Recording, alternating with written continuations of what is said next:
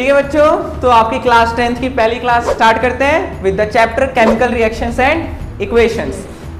Chemical reaction are the processes in which new substances with new properties are formed. ठीक है ना, जो हम डिस्कस कर रहे थे कि जो चीज़ें होती हैं, कोई नई चीज़ बनती है और उसकी प्रॉपर्टी पहले से अलग होती है।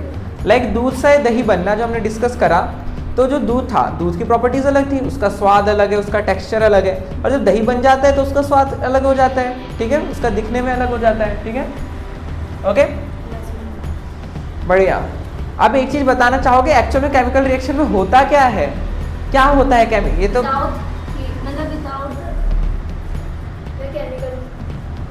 सोचो डिटेल, मतलब गहराई में। जैसे देखो, जब हम दो चीज़ों को मिलाते हैं, जैसे हम केमिकल की बात करते हैं, अब हम रिएक्शन करेंगे। ठीक है ना, जैसे कि देखो, अगर मैं आपको कुछ दिखाऊं और फिर पूछूंगा क्या हुआ, हैव अ लुक हियर,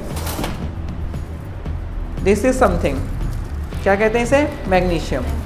तो ये आपका मैग्नीशियम रिबन है, अगर आप देख पा रहे हो। ठीक है ना, सबको दिख रहा है ना, मैग्नीशियम रिबन। ठीक है, ये एक्चुअल का, यस। तो देखो, इसके देखो एक चीज़ देखो, इसके क्या बोलते हैं, यहाँ पे ये अलग कलर का और यहाँ पे ज़्यादा चमक रहा है। ठीक है ना, क्यों? क्योंकि मैंने इसे सैंड पेपर से इसको रब कर रखा है। क्योंकि जो मैग्नीशियम रिबन है ना, इसके टॉप पे एक लेयर होती है जिसे हम कहते हैं मैग्नीशियम ऑक्साइड, मतलब वो ऑक्सीजन के रिएक्ट करके पहले ही जम जाती है, जो आपको दिख रहा है। इसकी वजह से क्या होता है, इसे जलाना थोड़ा मुश्किल हो जाता है। ठीक है ना, बट हमने इसे सैंड पेपर पर रगड़ने के लिए होता है। सैंड पेपर ये होता है आपका,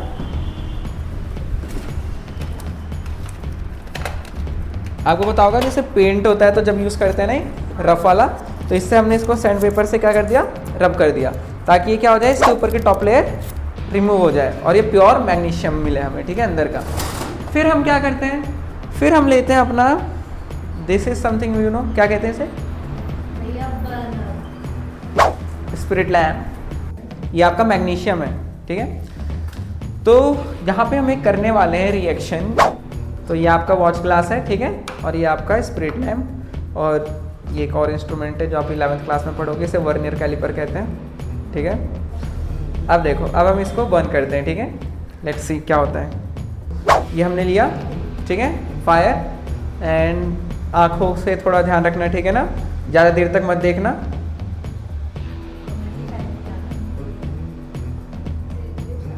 ये देखो, ये देख रहे हो कितनी डैजलिंग फ्लेम है, वाइट कलर की फ्लेम, और ये जल रही है, कितना, बहुत ज़्यादा। तो ऐसे एक्सपेरिमेंट्स अभी तो बहुत सारे करने हैं हमें। अब देखो, ये जल गया और किस में कन्वर्ट हो गया, ये वाइट कलर की चीज़ में। ठीक है, तो मैं इसे वॉच ग्लास में रख लेता हूँ। ये देखो, ये देखो, तो ये आप जो वॉच ग्लास में देख पा रहे हो, ये वाइट पाउडर के फॉर्म में कन्वर्ट हो चुका है। और मेघा, ये क्या है? ये बिल्कुल सही, अभी तक क्या था, ये मैग्नीशियम। अब जलने के बाद क्या बचा है? ये मैग्नीशियम ऑक्साइड। और ये ऑक्सीजन कहाँ से आई?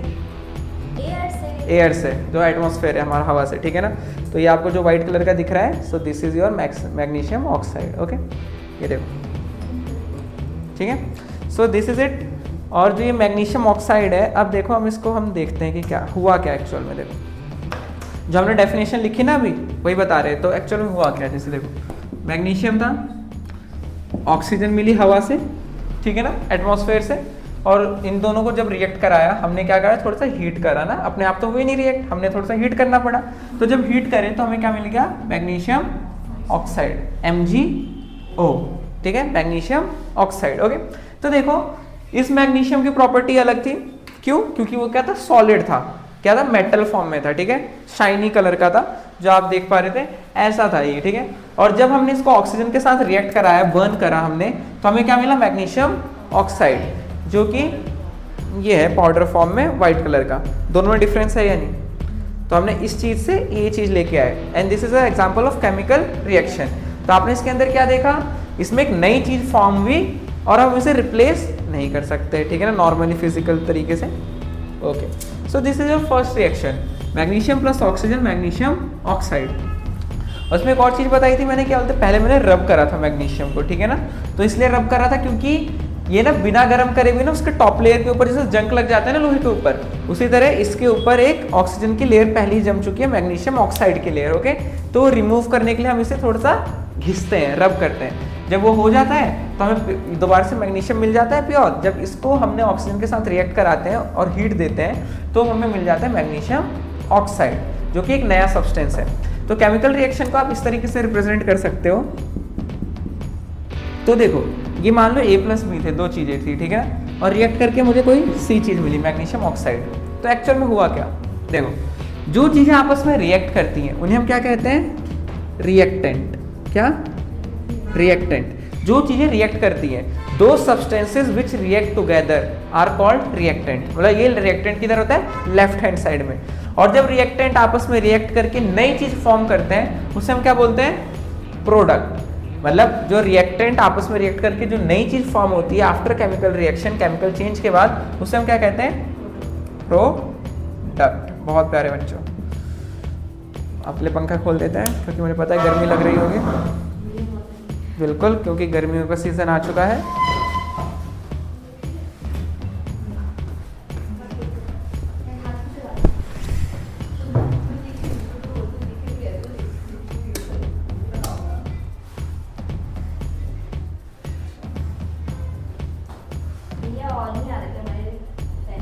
सब आएंगे,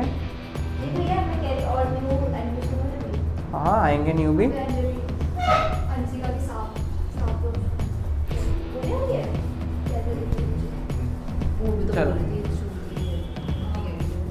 चलो ठीक है। तो जो आपका इधर होता है A+B रिएक्टेंट एंड प्रोडक्ट, कि जो रिएक्टेंट है आपस में रिएक्ट करके एक नई चीज़ फॉर्म होती है जिसे हम क्या कहते हैं, प्रोडक्ट। ओके, क्लियर है। तो एग्जाम में ये सब पूछा जाता है, ये सिंपल सी चीज़ें हैं, आपको इसमें कोई दिक्कत नहीं होनी चाहिए। अब जो देखो बेसिक चीज़ है, जो आपने डेफिनेशन लिखी, तो एक्चुअल में हुआ क्या, केमिकल रिएक्शन में जैसे हम बोल रहे हैं ना, नई चीज़ फॉर्म होती है, तो ऐसा नहीं है कि नया एटम बन जाता है, कोई नया एटम नहीं बनता। एक्चुअल में क्या होता है, जो एटम पहले से ही होते हैं वो क्या होते हैं, रीअरेंज होते हैं। मतलब जैसे पहले ऑक्सीजन अलग था, मैग्नीशियम अलग था, ठीक है ना।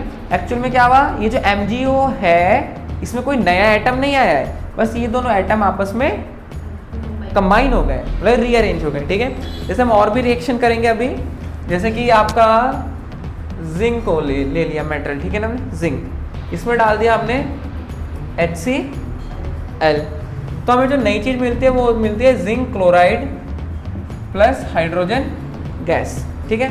तो ये भी केमिकल रिएक्शन है जहाँ पे जिंक और हाइड्रोजन क्लोराइड आपके क्या है, रिएक्टेंट, और जो जिंक क्लोराइड और हाइड्रोजन कहते हैं ये है आपके प्रोडक्ट, ठीक है। जिंक और हाइड्रोजन क्लोराइड रिएक्टेंट, और जो इनसे मिलके नई चीज़ बनी हो गई जिंक क्लोराइड और हाइड्रोजन गैस, ये क्या हो गए, प्रोडक्ट। ये भी एग्जाम्पल में लिख लोगे। लेकिन मेन चीज़ क्या है, इसमें कोई नया एटम तो नहीं बना ना, हुआ क्या, ये जो Cl था ये जिंक के साथ जुड़ गया और ये H अलग हो गया, तो क्या हुआ, एटम्स का क्या हुआ, rearrangement.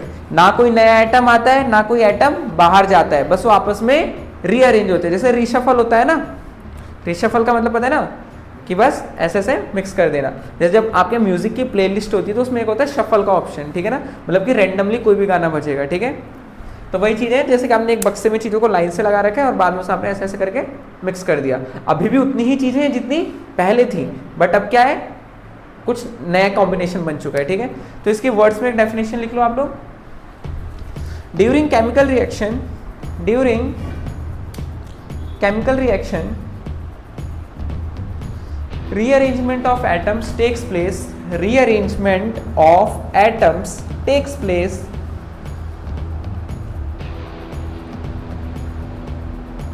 rearrangement of atoms takes place between reacting substances, takes place between reacting substances, reacting substances to form new substances, to form new substances.